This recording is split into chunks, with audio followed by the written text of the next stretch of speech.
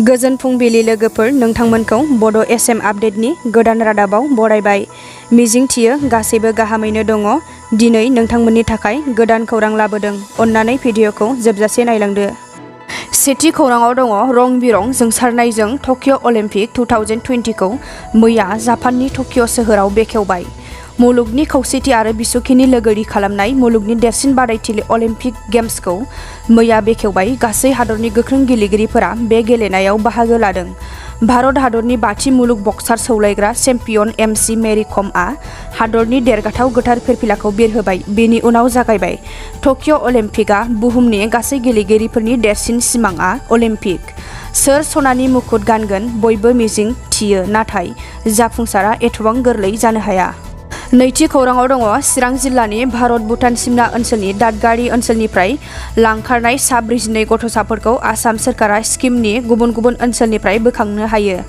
स्किमनिफ्राय लाबोनाय उन्दै उन्दै गथ'साफोरखौ आसाम सोरखारा बिटिसि सोरखारनो गथायना होनायनि उनाव बिटिसि सोरखारा बिटिसिनि गाहाय सदर सहर क'क्राझार नोगोराव थानाय प्रसान्ति लजआव लाबोना लाखियो होनना रोखा बुंथियो बिटिसिनि सुबुं अनसाय बिफाननि मावफुं सोद्रोमा गौतम दासआ।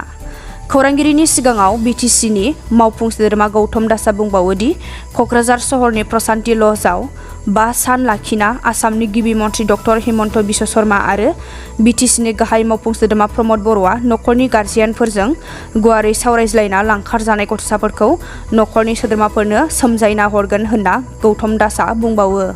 थामथि खौराङाव दङ एनएलएफबिनि गाहाय दैदेनगिरि एम बाथाजों लोगोसे सा 23 केडारफोरा 22 जुलाइ खालि उदालगुरि जिल्लानि लालफानि आउट पस्टआव आसामनि केबिनेट मन्थ्रि फैजस हाजरिका आरो बिटिसिनि गाहाय मावफुं सोद्रोमा प्रमद बर'नि नुजाथिनायाव हाथियार गथायफैयो।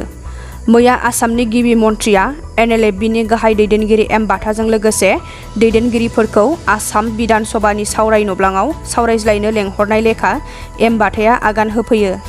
एनएलएफबिनि गाहाय दैदेनगिरि एम बाथाया खौरांगिरिनि सिगाङाव फोरमायनाय बादिब्ला एनएलएफबिया गावखौ गथायाखै, अदेबानि एम बाथाया आखाइ दैखाङाखै। एनएलएफबिया गोजोननि थाखाय खायसे दाबिफोरखौ लानानैसो सोरखारजों सावरायज्लायनोसो फैदों होनना बुंथियो आरो जेब्लासिम एनएलएफबिनि दाबिफोरा सुफुंजाया अब्लासिम एनएलएफबिया थाबाय थागोन। एम बाथाया बुंथियो दि आसामनि गिबि मन्थ्रि डक्टर हिमन्त बिश्व शर्मा आरो बिटिसिनि गाहाय मावफुं सोद्रोमा एबसु आरो बर' थुनलाइ आफादा सोरखारजों सावरायज्लायनो लेंहरनाय लेखा एनएलएफबिया दाबिफोरखौ लानानै गिदिंबोयो। मख'नो गोनांदि थांनाय 2020 मायथाइनि 27 जानुवारियाव एनडिएफबिफोरजों बर'फोरनि गोजोन गोरोबथा बिचार गोरोबथा जानायनि उनावबो बारग' एनडिएफबिनि दैदेनगिरि बिथांमोनखौ क'क्राझारनि एसपिआ सैमा बादि खालामनानै गाज्रि आखु बाहायबोदोंमोन होननाबो बुंथिदों एनएलएफबिनि गाहाय दैदेनगिरि एम बाथा बिथाङा। बिनिखायनो एम बाथाया गोबां केडारफोरखौ लानानै फिन हाथियार लानानै गोबां दाबि लानानै सोमावसारनो ओंखारलाङो होननानै बुंथियो। ब्रैथि खौराङाव दङ बिचार गोरोबथानि दफानि बिथांखि बादियै तामुलपुराव मेडिकेल कलेज गायसननायनि अन्थाइ खुन्थिया गायसनगोन मिरु नखर मन्थ्रि अमित शाहआ। 25 जुलाइ खालाराव मिरु नखर मन्थ्रि अमित शाहआ आसामाव दावबायफैनानै गुवाहाटीनि बिमा कामाख्या थानसालियाव दर्शन खालामफैगोन। 25 जुलाइ खालाराव मिरु नखर मन्थ्रि अमित शाह बिथाङा बिचार गोरोबथानि दफायाव थानाय बिथांखिनि गिबिसिन बाक्सा जिल्लानि तामुलपुराव सावस्रि फरायसालिमा आरो देहा फाहामसालिनि अन्थाइ खुन्थिया गायसनफैगोन। बे हाबाफारियाव मिरुनि नखर मन्थ्रि अमित शाहजों लोगोसे बाहागो लागोन आसामनि गिबि मन्थ्रि डक्टर हिमन्त बिश्व शर्मा, सोलोंथाइ मन्थ्रि केशब महन्त आरो बिटिसिनि गाहाय मावफुंगिरि सोद्रोमा प्रमद बर' बिथांमोना। बाथि खौराङाव दङ अनारु 2 सिगां खन्थाइनि खन्थाइगिरि सानसुमै मेलेमजिबि राजखान्थिगिरि रुंसारि चरण नार्जारिनि मैया नैथि थैनाय गोसोखां सान। क'क्राझार सहरनि वार्ड नाम्बार 10 नि थागिबि मैदेर खर' गामिनि थागिबि सोलोंथाइगिरि सानसुमै मेलेमजिबि राजखान्थिगिरि बारग' एमपि आरो एमएलए आरो भिटिसिए उदियासल रायजो दाबिग्रा हान्जानि गाहाय दैदेनगिरि रुंसारि चरण नार्जारिनि मैया नैथि थैनाय गोसोखां सान। 2019 इं मायथाइनि 23 जुलाइ खालाराव नखरनि बाय बाहागि गासैखौबो नागारनानै गेदेमा थुनलाइगिरि आरो राजखान्थिगिरि नार्जारिया मैयानि गोथार सानाव रुंसारि जालांदोंमोन। बर' थुनलाइनि फोथाराव खन्थाइ रायथाइ सोरजिना मैखोमै बिहोमा जागायबोनाय आरो गोख्रों बर' हारिनि दैदेनगिरि रुंसारि चरण नार्जारिया अनारु 2 सिगां खन्थाइनि गेजेरजों बर' हारिनि लाइमोन सेंग्रा सिख्लाफोरखौ गोबां थुलुंगाखां होलांनाय नुनो मोन्दों। बिथांनि नैथि थैनाय गोसोखां सानाव बिटिसिनि गाहाय मावफुं सोद्रोमा प्रमद बर'जों लोगोसे आसामनि गिबि मन्थ्रि डक्टर हिमन्त बिश्व शर्मा आरो बर'नि गोबां सानसुमै मेलेमजिबिफोरा दुखु फोरमायथि बावहरनानै बिथांनि होलांनाय बिहोमाफोरखौ दोमो दोमो गोसोखाङो आरो गेदेमा बिथांनि सोरगोआरि जिउमाया सोरगोआव आलो गोजोन थानो जायगा मोनो बिनि थाखाय इसोरनाव आरज गाबो।